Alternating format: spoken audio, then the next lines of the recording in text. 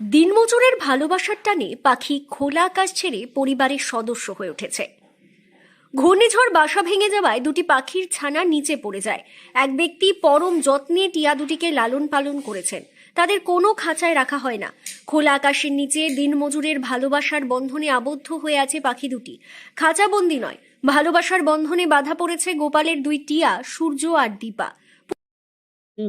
ঝড়ে গাছ থেকে পড়ে গেল ছোটবেলা, সেই থেকে আমি এদেরকেই মানুষ করেছি। আমার সঙ্গে এরা সব জায়গায় যায়, বাজার হাট আত্মীয় বাড়ি যেখানে যাই সেখানে যায়।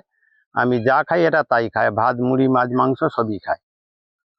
কি কি কি কি বলে ডাকে? মা কাকু, আর ফোন এলে তো সবসময় ফোনে হু হা বলতেই থাকবে। পূর্ব মেদিনীপুর জেলার তমলুক থানার শ্রীরামপুর গ্রাম পঞ্চায়েতের কিসমত গ্রাম। এখানেই থাকেন দিনমজুর গোপাল দিন্ডা। প্রায় ৩ বছর আগে এক ঝড়ের রাতে গোপালবাবুর বাড়ির সামনে গাছ থেকে পড়ে যায় দুটি টিয়া পাখির ছানা। সেদিনই শুরু হয় এক অনন্য সম্পর্ক, মানুষ আর পাখির। রক্তের নয়, কিন্তু নিখাদ ভালোবাসার।